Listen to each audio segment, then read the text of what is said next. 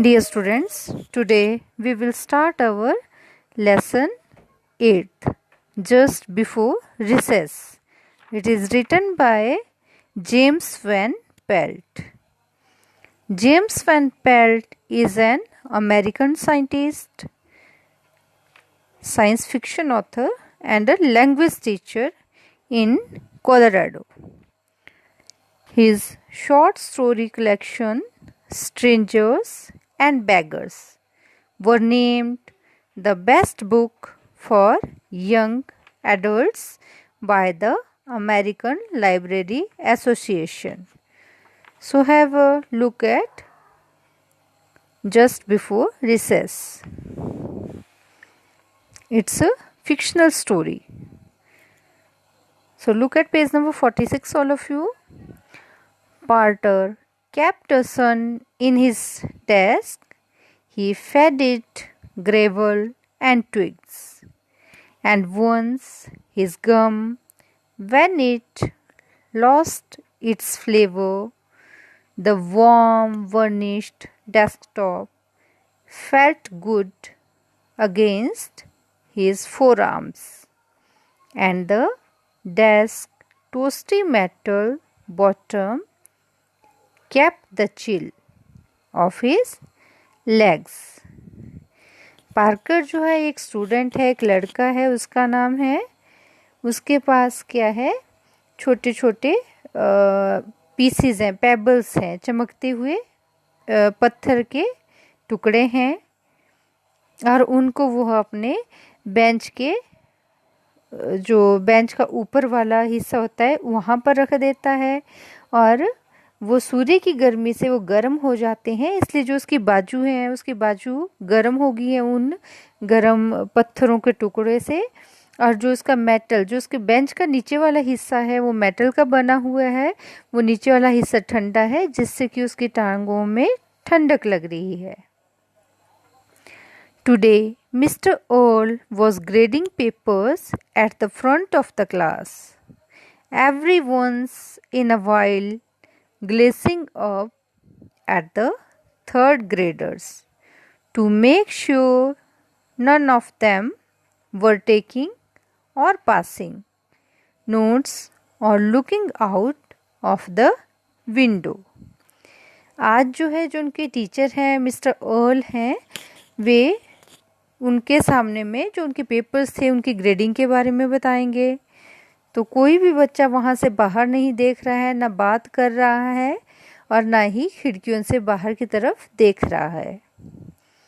Parker would quickly shift his gaze down to his text book, so mister Earl would not give him the glare, a sure sign that Parker's name would soon go up on the board with the other kids who has lost their lunch privilege for the day. He could feel Mr. Earl's attention passes over him like a searchlight. आज जो है mister earl जो है, उन्होंने उनको grading करनी है, तो कोई भी बच्चा यहाँ वहाँ नहीं देख रहा है, और जो पार्कर है वो जल्दी से अपने बेंच का जो ग्लेज है उसको नीचे कर लेता है, ताकि मिस्टर अर्ल की जो है नज़र उस पर ना पड़े और ना ही कोई और बच्चा उसको देख ले. अगर आज किसी बच्चे के अगर मार्क्स कम आते हैं, ग्रेड्स कम आते हैं, तो आज उसको एज अ पनिशमेंट के तौर पर, सज़ा के तौर पर उसको खाना नहीं मिलेगा. तो सभी यही चाहते हैं कि उनको ग्रेड्स अच्छे आए, और जो पार्कर है वो चाहता है कि मिस्टर अर्ल की नज़र उसके ऊपर ना पड़े. Slipping a pebble out of his pocket, Parker carefully lifted his desktop a quarter of an inch and skipped the rock in. It made a tiny clink when it dropped at the bottom. और जब वो अपने जेब से एक payable निकालता है, एक चमकते हुए पत्थर का टुकड़ा निकालता है, तो वो बहुत ध्यान से निकालता है और उसको अपने डेस्कटॉप के अंदर रख देता है। उसको थोड़ा सा ऊपर उठाकर और उसके अंदर रख देता है ताकि किसी और की नज़र उस पर ना पड़े। He leaned the desk away from him until he heard the pebble roll down the sun, followed by the tiny hiss that meant the rock and vanished into it. वह उन पेबल्स को, चमकते हुए पत्थर के टुकड़ों को वहाँ पर आराम से ऐसे रख देता है ताकि किसी की भी नज़र उस पर ना आए और जो चमकते हुए पत्थर हैं उनको कोई भी ना देख पाए। 2 days ago, he had opened his desk to put his lunch in, but instead of the pencil box, tissue box, and boxes, he expected to see a cloud swirl in the space.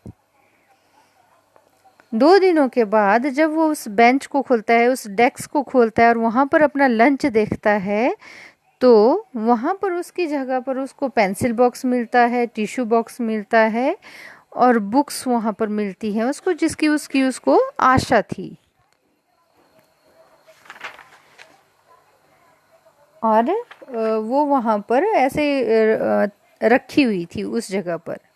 Eight its centre was a dull pulsing red glow, और वहाँ पर उन सब के बीच में एक डल सा लाल रंग की जो उजाला है वहाँ से बाहर को आ रहा था। He shut the desk and looked around to see if anyone else had noticed, और वह उस डेस्क को बंद कर देता है, उस डेस्क के अपर वाले पोर्शन को बंद कर देता है ताकि जो वहाँ से उजाला निकल रहा है, लाल रंग की रोशनी निकल रही है, उसको कोई भी ना देख पाए। An hour later, the dusty swirl in his desk has contracted to a bright spot in the middle. 1 घंटे के बाद जो वहाँ पर धुंधली सी गोल गोल चीज़ उसके बेंच पे नज़र आ रही थी, वो श्रिंक हो चुकी थी, उसका आकार छोटा हो चुका था वो चमकती हुई छोटी सी नज़र आ रही थी वहाँ बीच में। He consciously moved his hand toward it, और उसने उत्सुकता से अपने हाथ उसकी तरफ बढ़ाए। At first he felt only the heat, but when he got into a few inches, the skin of his palm began to sting, like the flesh was pulling away.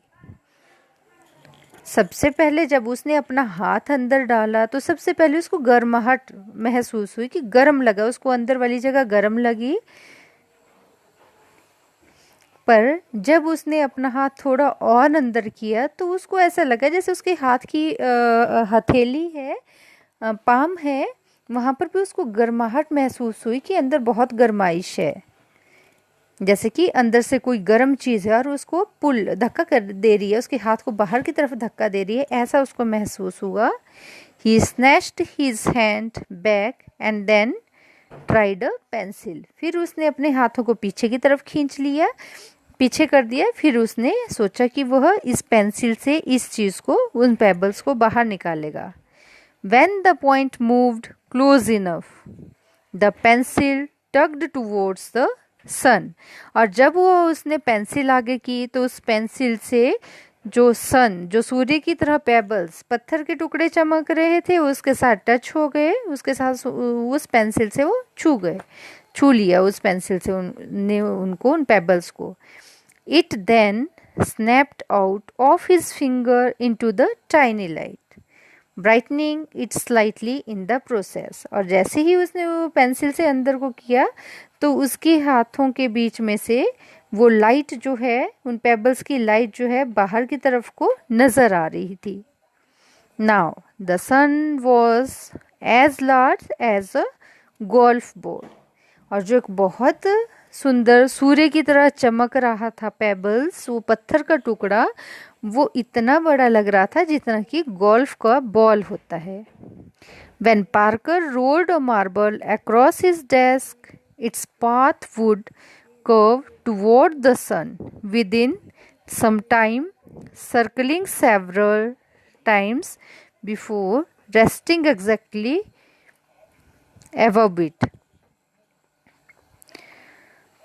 जब पार्कर ने उन मार्बल्स को, उन पत्थर के टुकड़ों को bench में घुमाया, तो वो थोड़ा सा उनको जब हिलाया तो वो एक ही जगह पर, जैसे सूर्य एक जगह सूर्य घूमते हैं गोल गोल, उस तरह से वे मार्बल के उसके मार्बल्स जो थे, पेबल्स थे, पत्थर के टुकड़े थे, गोल गोल घूमना शुरू कर दिया। वहाँ पर उन्होंने एक ही जगह पर, और थोड़ी देर बाद उन्होंने गोल गोल घूमने के बाद वे वहीं पर रुक गए। Parker mister earl said, Parker जो है मिस्टर अर्ल से कहता है, your reading group is waiting for you, कि सर जो आपका रीडिंग ग्रुप है, पार्कर जो मिस्टर अर्ल से कहता है कि जो आपका रीडिंग ग्रुप है, जो पढ़ने वाले बच्चे हैं, वो आपका इंतज़ार कर रहे हैं in the back of the class.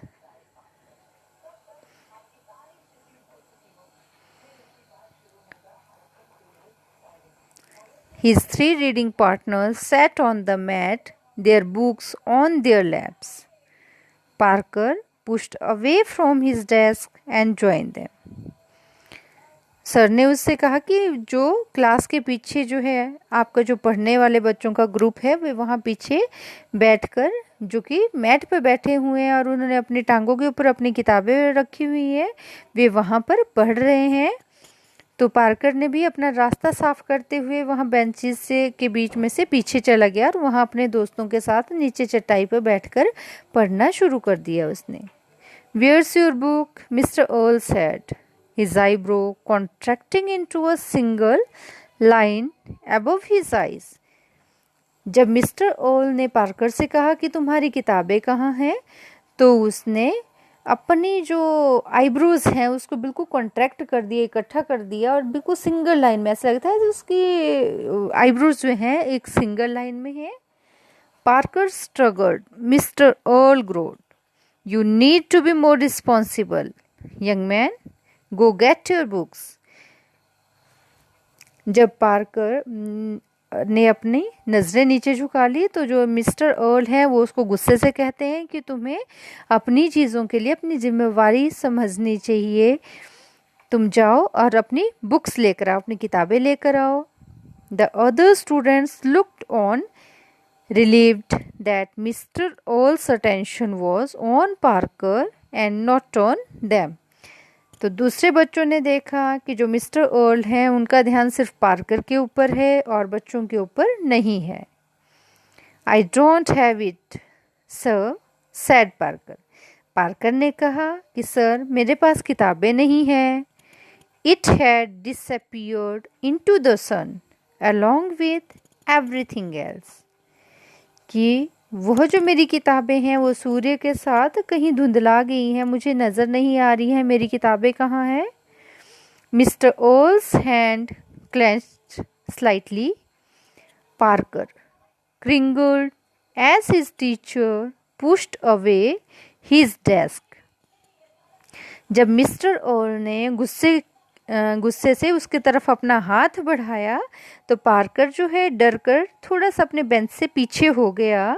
Mister earl almost never left his desk, और मिस्टर अर्ल ने अपना जो है बेंच जो है जहाँ वो बैठे थे, उन्होंने उस जगह को बिल्कुल भी नहीं छोड़ा।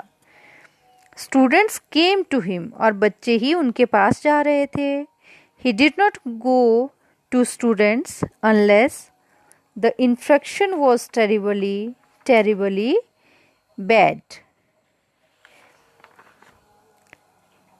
और वह बच्चों के पास बिल्कुल भी नहीं जा रहे थे, हालांकि जो अपराध बच्चों ने किया था, जो गलती बच्चों ने की थी, वो बहुत बहुत ज़्यादा थी कि वो बुक्स नहीं लाए थे। You young man are responsible, वो कहते हैं तुम लड़के, तुम जो हो अपनी जिम्मेदारी नहीं समझते हो। Remember our talk about responsibility on the first day of school, यह हमारी जिम्मेवारी बनती है, जब हम स्कूल में पहला दिन भी होता है तो हमें किताबें लेकर आनी चाहिए होती है। बिना किताबों के स्कूल में क्या काम। He looked at each of his students, who nodded in turn. फिर वह और बच्चों की तरफ देखता है जो कि अपनी बारी का इंतज़ार कर रहे थे, वे भी अपना सिर हिलाते हैं। Isn't your book in your desk where it belongs? वो कहता है, यह जो तुम्हारे बेंच पे किताब है, क्या ये तुम्हारी नहीं है? यह किसकी है? No sir, said Parker. Parker कहता है, नहीं सर, यह मेरी किताब नहीं है।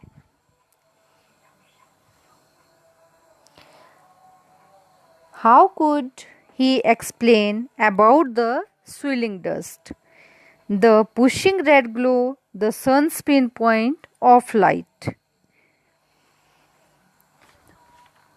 फिर वह उस स्विलिंग डस्ट जो गोल गोल घूम रही थी उसके बेंच के अंदर डस्ट, उसके बारे में बताता है, और वहाँ से जो रेड लाइट जो ग्लो बाहर को निकल रहा होता है, सूर्य की रोशनी की तरह वहाँ से बाहर को निकल रहा होता है। Of course it is, that is where your books should always be. हाँ, ये वही जगह है जहाँ पर तुम्हारी बुक्स हमेशा ही होती हैं। Everything in its place, a place for everything. हर चीज़ अपनी जगह पर होनी चाहिए और हर चीज़ का अपना एक स्थान होता है। Isn't that right? His question sounded like an accusation.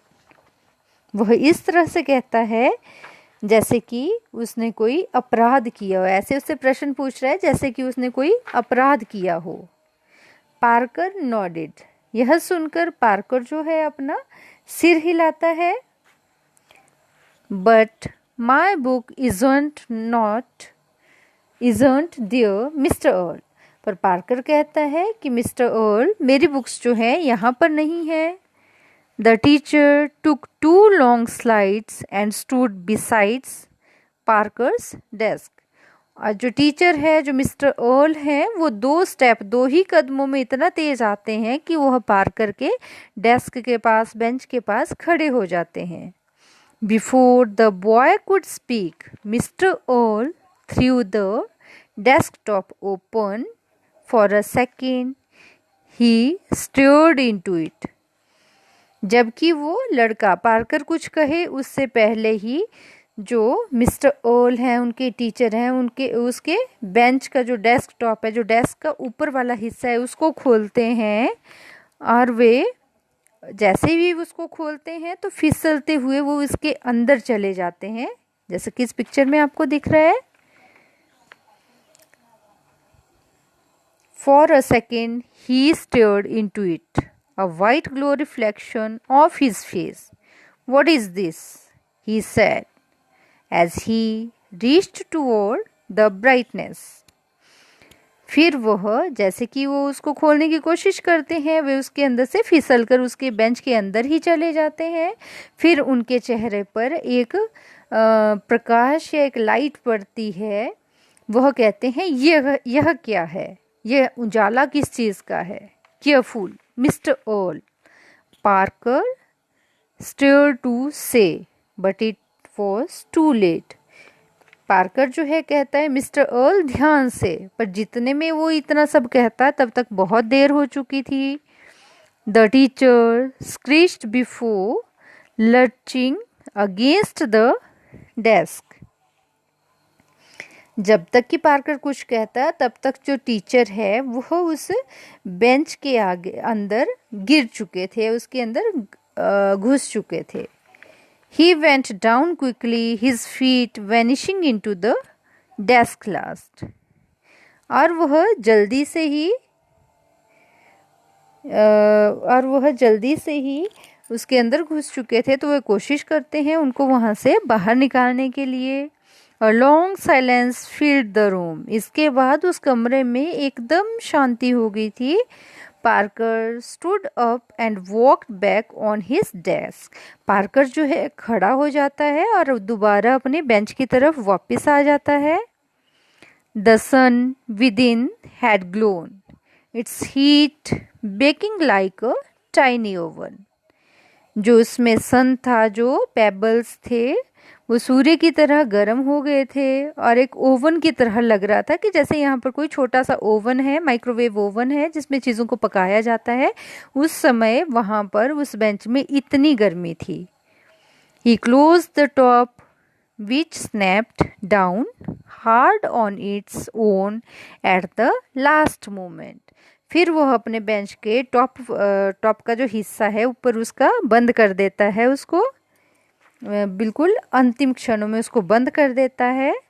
The other students had not moved. उसको देखकर जो और बच्चे हैं वो नहीं भागते हैं। Parker looked at them. फिर पार्कर भी उन बच्चों की तरफ देखता है। They looked at him. और वे बच्चे उस पार्कर को देखते हैं। Over the intercom bell softly chime. और जैसे ही वे बच्चे उस पार्कर को देखते हैं और पार्कर बच्चों को देखता है, उसी बीच में एक बहुत तेज आवाज़ आती है जो कि घंटी की आवाज़ होती है। Recess said Parker and they all ran outside to play. फिर पार्कर कहता है कि रिसेस हो गई है, दिन के खाने का समय हो गया है। तो इस सब की आवाज़ को सुनकर वे सब खेलने के लिए बाहर चले जाते हैं। तो यह स्टोरी जस्ट बिफोर रिसेस जो है जेम्स वैन पेल्ट के द्वारा लिखी गई है। I hope all of you have enjoyed this story. Thank you.